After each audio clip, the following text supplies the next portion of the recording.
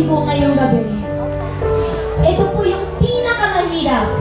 Sobrang daming tao. One of the mga pinaka well-attended at saka super daming crowd na naging concert ni Anne ever. Left and right, sa stage, sa taas, sa gilid, talaga may mga tao. Good luck sa atin at sana hindi umulan. Anne gave her all right from the very start of the show. Tapos ng kanta, ang sasabihin nyo, bravo! Bravo! Pwede nyo ba gawin yun? Already? 1, 2, 3, go! Bravo! Bravo! After ng kanta yun ha, antayin ko yan. Woo! Hi, Jimmy! Okay, let's do this. Always amazing pag si Anne yung nagka-concert sa provincial tours kasi kahit gaano kalaki yung venue, kahit gaano ka-open, talagang dadagsa at dadagsa yung mga tao. Yung area kasi, yung first few rows nakaupo, may mga upuan. So that's for the VIPs, yung mga people na gusto umupo. Pero yung meron kasing area na dun sa may likod na sobrang nakatayo na lang, siksikan, pero you know, everyone really wants to see Anne, kung paano siya mag-perform, kung paano niya mapasaya yung tao. So yeah, always naman full pack yung shows niya.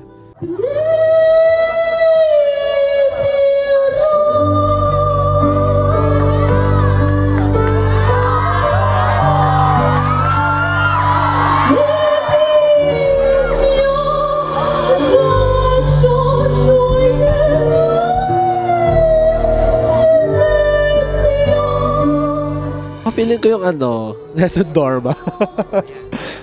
Yeah, Nelson Dorma. Kasi iba sa ginagawa niya. So, laging nandun talaga yung Nelson Dorma.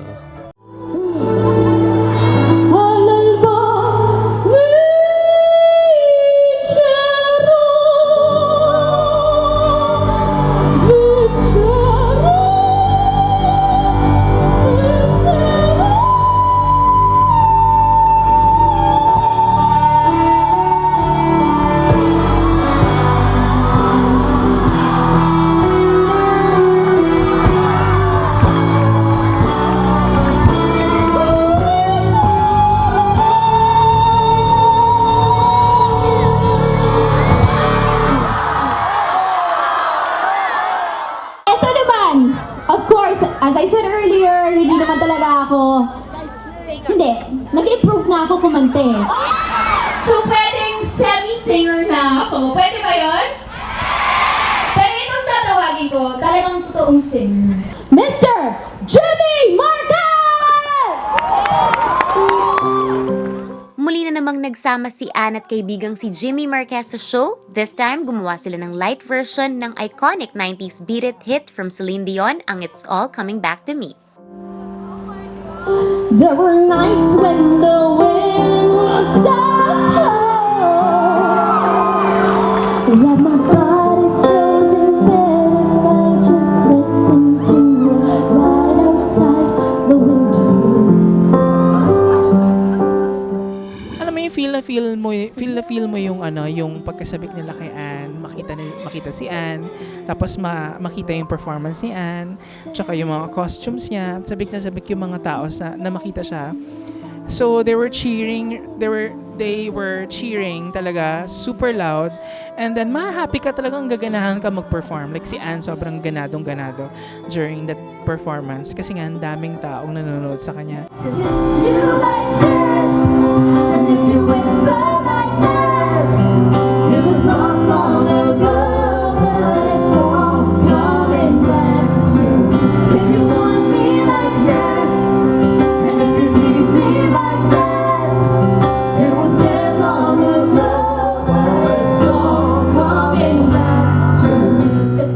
Sa Camsur, parang I think sobrang init. Parang yun lang yung complaint ng lahat. Very init, very mainit, humid.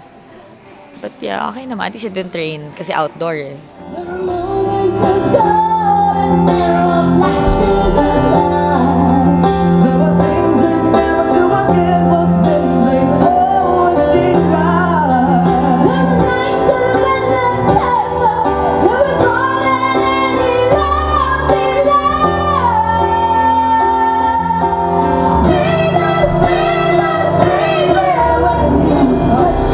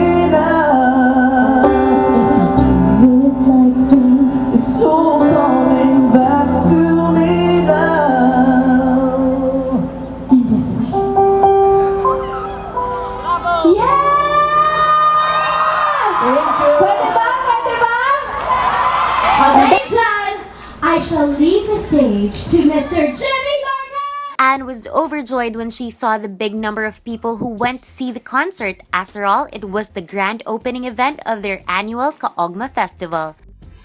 Yung pinakamahirap for us is yung Fantaseria kasi tatlong changes yon. Tapos we were only given super short less than siguro mga 30 seconds lang to change into another costume. So yung Fantaseria is yung una yung horse siya.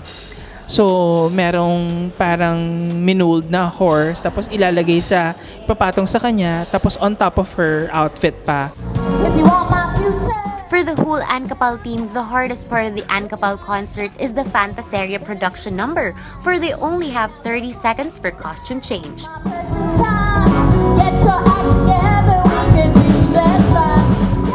Tapos tatanggalin yun on stage, tapos magre-reveal yung yung parang cape na umiilaw. Magre-reveal yung parang yung ibon naman na parang gold siya, tapos umiilaw.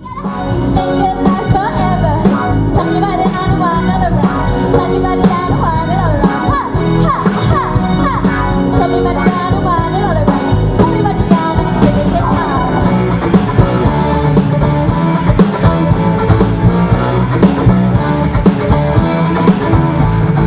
If you wanna be my lover.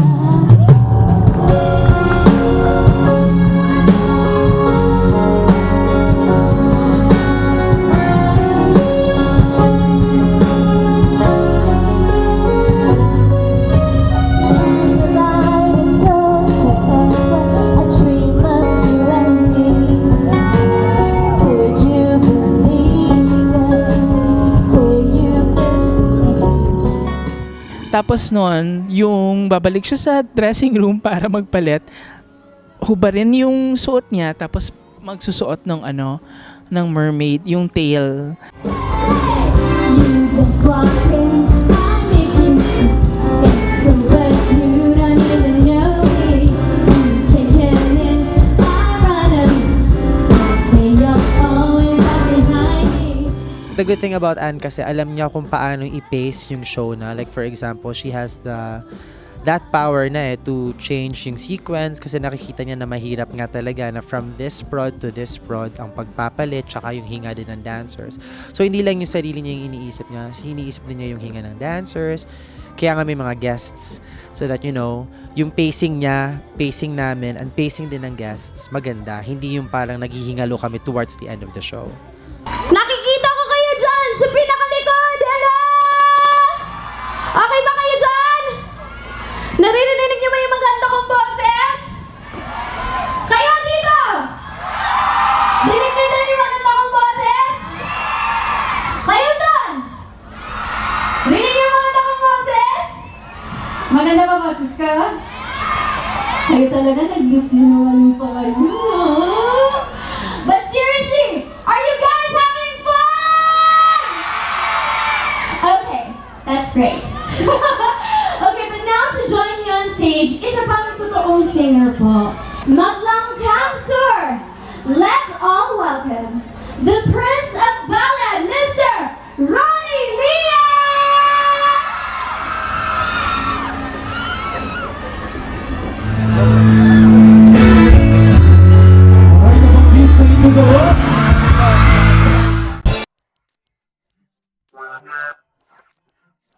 The music. The music. The music. The music. The music.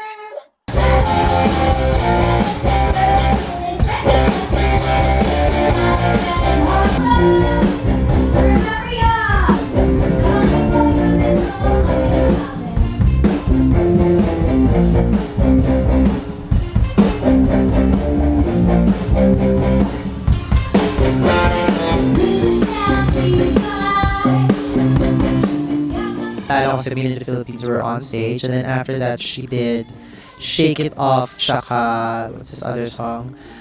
Yes, Break Free. So when she performed that, yun na, bumaba talaga siya. Kasi yun nga yung kanyang goal eh. I mean, kung hindi man siya kung hindi man makalapit yung mga tao sa kanya sa showtime sa TV, pag concert, binibigay niya talaga ng importansya yung audience, mga fans niya. Idol ko yun eh. Kaboses ko siya, di ba? Okay, let's do this breakdown!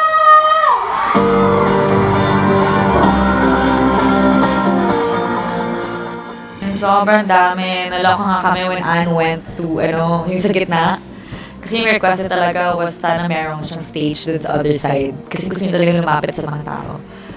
Yun, it was fun kasi puno.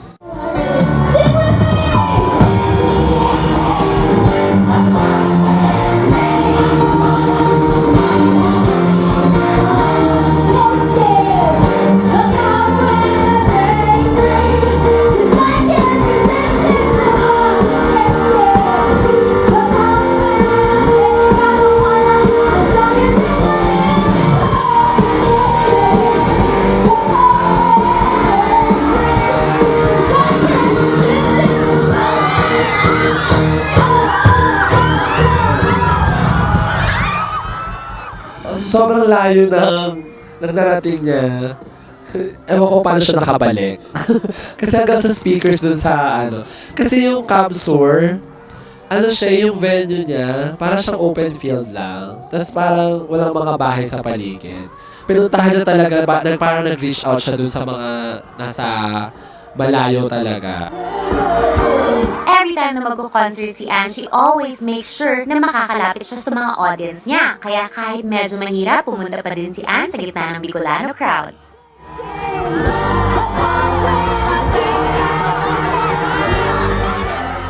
Kinakabahan kami paano mangyari sa kanya. Dinudumog kasi si Anne. So medyo kabado lang na something's gonna happen. But it was fun. So kami na nasa baba, nagkakagulo na kasi bababa rin si Ann. Di namin alam kung makakahawa kami or hindi. Kasi nga nagsisiksikan na kami, tapos yung mga security nandun na rin, inaabangan na kasi kami nagdadagsaan na rin po kasi kami.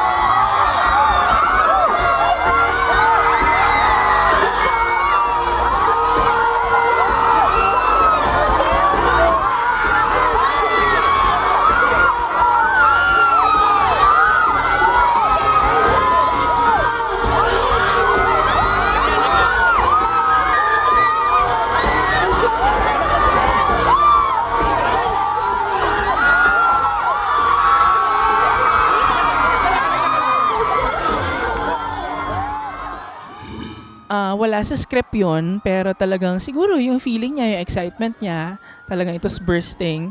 So, bumaba siya sa crowd at pumunta siya dun sa kabilang island. Meron dong pupunta siya dun sa kabilang scaffolding na ang dami-daming tao. Tapos, syempre, it was unexpected. So, somehow, medyo nagulantang yung mga tao kasi bumaba siya. Tapos, syempre, biglang kailangan quick na kailangan bantayan siya. Medyo kailangan yung security niya mas mahigpit. Tapos, make sure na yung dadaanan niya na smooth at saka, although hindi naging smooth, pero kasi sobrang daming tao. Pero, it's a good thing na talagang super quick mag-isip yung mga bodyguards. At saka si Warren, nandun din, nakisabay din.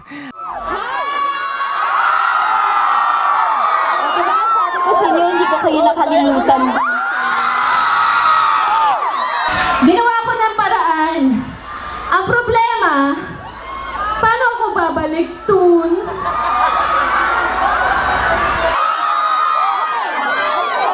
Balik mo na ako doon. Time out. Time first.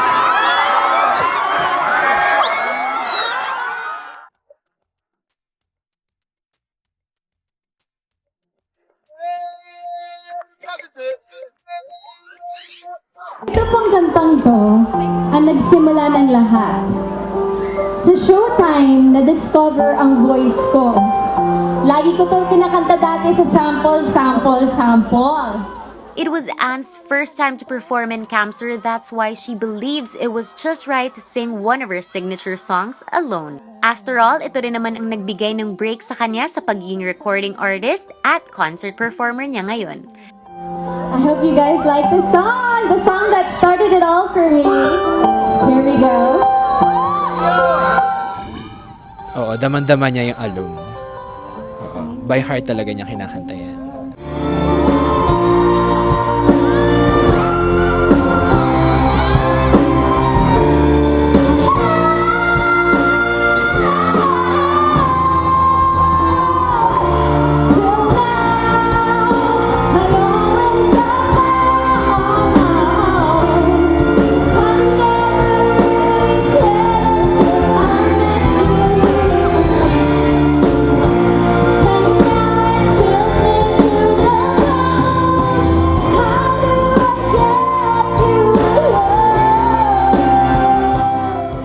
Favorite kong kanta yung Diamond, yung Chandelier, tapos yung Alone, lalo na yung Alone, pati yung kinanta niya nung bata pa siya. Sobrang gusto ko yun dahil pinakita niya kung ano siya talaga. Yung pagkanta niya ng Alone, kahit sobrang taas na, pinilit niya talagang abutin yung high notes. Love you too.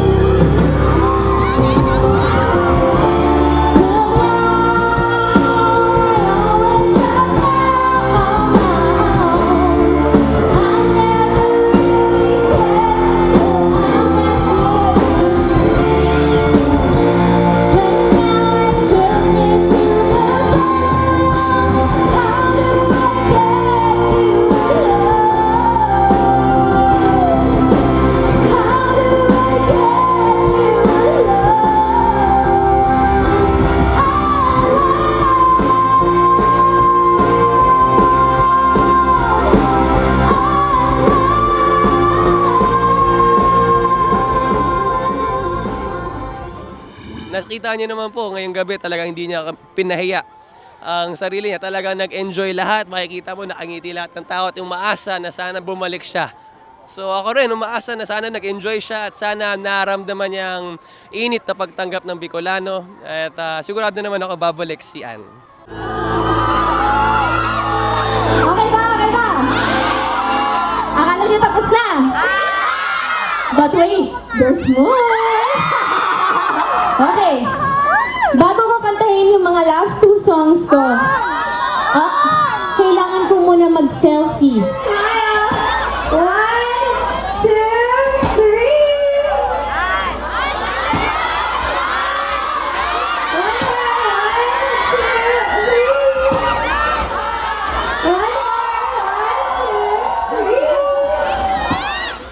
It's a very nice experience, this kind of event. Dawa na sobrang nakakahagard. Sobrang saya, lalo na yung mga birit-birit ni Ann na kahit hindi na maabot, ganun-ganun pa rin.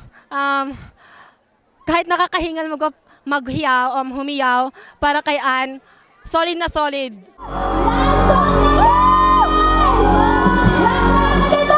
Alam niyo ba yung mga kanta ng AGs? Oh, ngayon, kaboses ko sila. But, of course, we got a surprise. May I please call on Gov Biggs to sing with me for the AGs medley? Come here and join me on stage! Palakad na ho natin ang Gov ninyo for inviting me here. Nag-enjoy ba kayo? Sige, Gov. Magaling ka ba kumanta? Magaling ka ba kumanta, Gov? Para sa akin kasi ang pagkanta, Ano? all confidence, no skill. Ayun, ako yun. Okay. AGs, Ano ba ang AGs? Mababa lang yun. Mababa lang siya. Ito ako ngayon, isa. Ganun lang siya. Approve. Approve? Kaya? Susubukan. Oh, sige. Let's do this, Sir Marvin! Grabe. Alam mo, sa minsan talagang pag napabakanta ako game na game ako. Pero pagdating ko doon, katabi ko si Ann Curtis. Tapos yung pinili pa niyang kanta, yung pinakamahirap ever for me, yung Rock of Ages. So talagang carry na lang, go with the flow. Natuwa naman yung tao. So everybody happy. Our concert sweetheart even had a spontaneous duet with Camarines Sur Governor Mix Villafuerte. The two sang two of AG's iconic songs, Halik and Basang-Basa sa Ulan. Nag-iisa, naglalakbay sa gitna ng dilim. Alam mo ba, Go?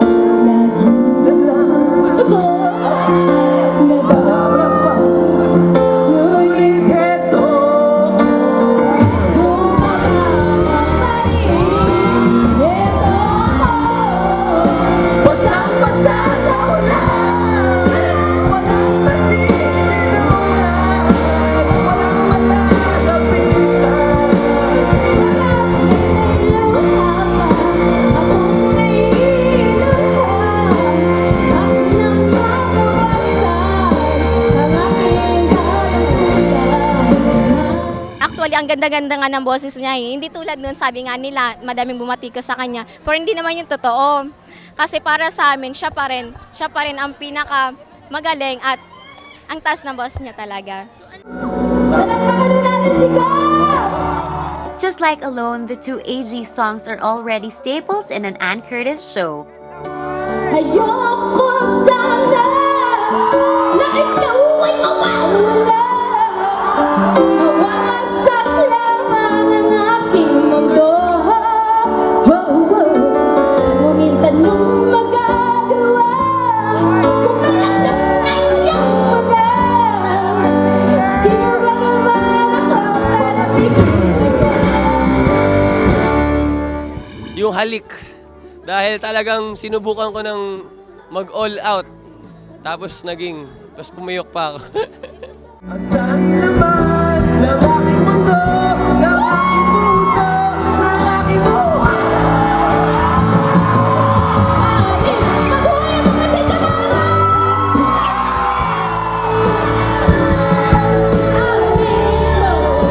Awin mo, nag-ibig ka, bakit iniwan mo? Nag-enjoy ako masyado sa pinanood namin. Lalo't na first time ko nakita si Ann at nakakatuwa. Sobrang natuwa ako sa pagkanta niya. Nag-enjoy ako. Kaming mga youth kasama ko sila. Sobrang nag-enjoy ako.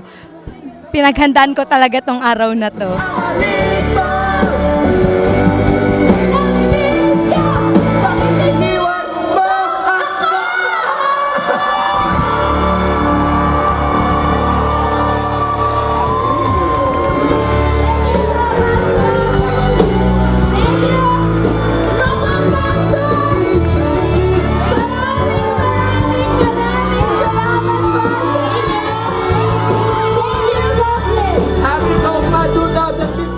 Ako nagpapasalamat kay Ann Curtis sa kanyang pagdalo, pagbisita, pagbigay oras sa mga fans po niya dito sa Camp Sur, pati rin po sa Bicol. Talagang napasaya mo kami lahat. Salamat.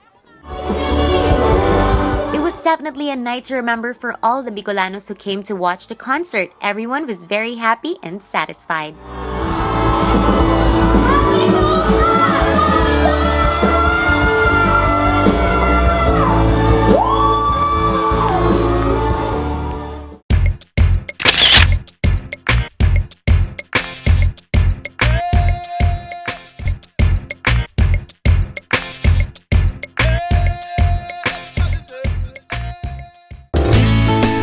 Tinamaan na ako, walang hiya ka Cupido. Nasirang schedule ko, putris na kapiliwang ito.